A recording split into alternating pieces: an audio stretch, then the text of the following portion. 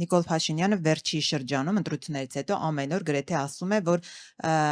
ընդդիմության ձայները ընտրակաշառքով են ձևավորվել։ Ավելին ասում է 70%-ը քաղաքացիների գնացել են եւ ընտրել են հավաքական ընդդիմությանը ընտրակաշառքով։ 70%-ը։ Դե թիվը նորից եմ կրկնում։ Հիմա ինչ ասեմ, այդ մարդ հանցագործության մեջ մեղադրում է մոտավորապես հաշվեք այդ 70%-ը 550,000-ի մեջ ինչքանն է անում։ Այդքան մարդիկ ուղղակի կաշառքով ձայն են տվել ըստ Նիկոլ Փաշինյանի։ Երբ որ մենք ասում ենք բյուջետային կաշառք, սա մի քիչ ուրիշ է։ Դու քո պաշտոնական դիրքը օգտագործում ես եւ դրա դեմն էլ է դժվար խոսալ։ Հիմա պատկերացրեք, ընդդիմությունը կաղնում է եւ ասում է, այս թոշակառուին 10,000 դրամը չպետք է տայիք։ Ոնց որ այդ թոշակառուների սաղին լարես քո դեմ։ Չէ, իրականում սա բան է, սա ոչ միայն անպարտեշտություն է։ Սա խուժանության պես մի բան է։ Ինքը բյուջեում չնախատեսված գումարները խոստանում է, տալիս է մարդկանց եւ ընդդիմությունը չի կարող այդ ընթացքում դրա դեմ խոսա, որտեղ ինքը այդ թոշակառուներին լարելու է իր դեմ։ Կամ օրինակ վարորդների այդ բալային համակարգ։ Մենք անընդհատ դրա մասին ասում էինք, որ պետք է փոխել, ինքը վերջում արձակուրդում գտնվելու պարագայում հայտարարում է եւ նույն օրը կամ հաջորդ օրը կառավարության ինչ որ նիստով դա փոխում է։ Ինքը կոնկրետ հարցը լուծում է արձակուրդում լինելու պարագայում։ Հիմա ընդդիմությունը ինչ ասի, այսքի եք հարցը լուծել, ոնց որ այդ սաղ վարորդների լարի իր դեմ։ Այսպիսի բաներ երբեք չենք արել։ Երբեք այսպիսի բաներ չենք արել, որովհետև սա քաղաքական պայքար է, բանի պես այդ մարտեր կան, չէ, առանց կանոնների այդ մենամարտեր։ Այ սրապես մի բան է։ Ոնց որ մի կողմը ունի այդ հնարավորությունը բյուջեն ոնց ուզում է այսպես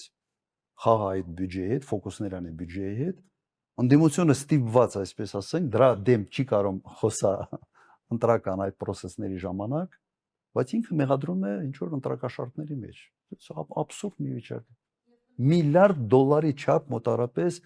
բյուջետային կաշառք է բաժանել այդ մարդ։ Բոլորիս աչքի առաջ գնում է այդ իշխանության յուրացման գործընթացը։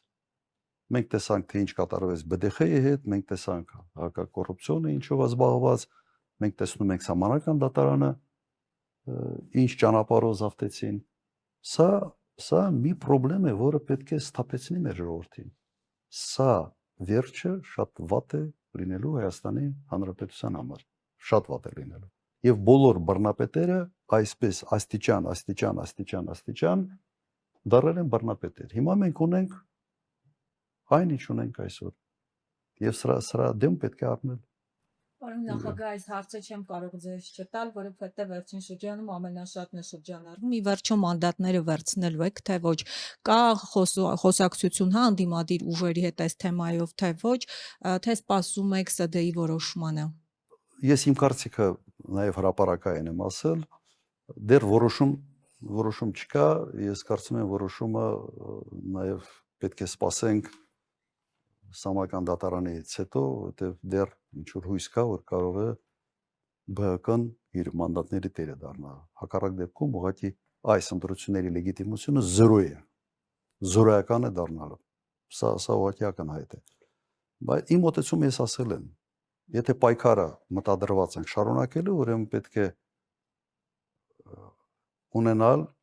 մաքսիմալ հնարավոր գործիքակազմ այդ պայքարը շարունակելու համար։ Մանդատները դա այո պայքարի գործիքակազմ է։ Եվ տվյալ դեպքում ստացվում է ոչ լեգիտիմ ճանապարհով իշխանությունը պետք է ստանա մանդատները եւ քրտնինքով եւ տառապանքներով ընդդիմության կողմից ստացած մանդատներից պետք է հրաժարվել։ Սա զուտ տրամաբանության շղթան եմ ուզում նկարագրել, բայց որոշումը չկա։ Մենք պատրաստ ենք եւ այն տարբերակին եւ այն տարբերակին ուղղակի պետք է լինի ընդհանուր որոշում ընդդիմադիր շարքերում։ Եվ ինչ ասացի, դա իմ ազնական ուղղակի պատկերացումներն է, որը բետոնացված չի հեչ։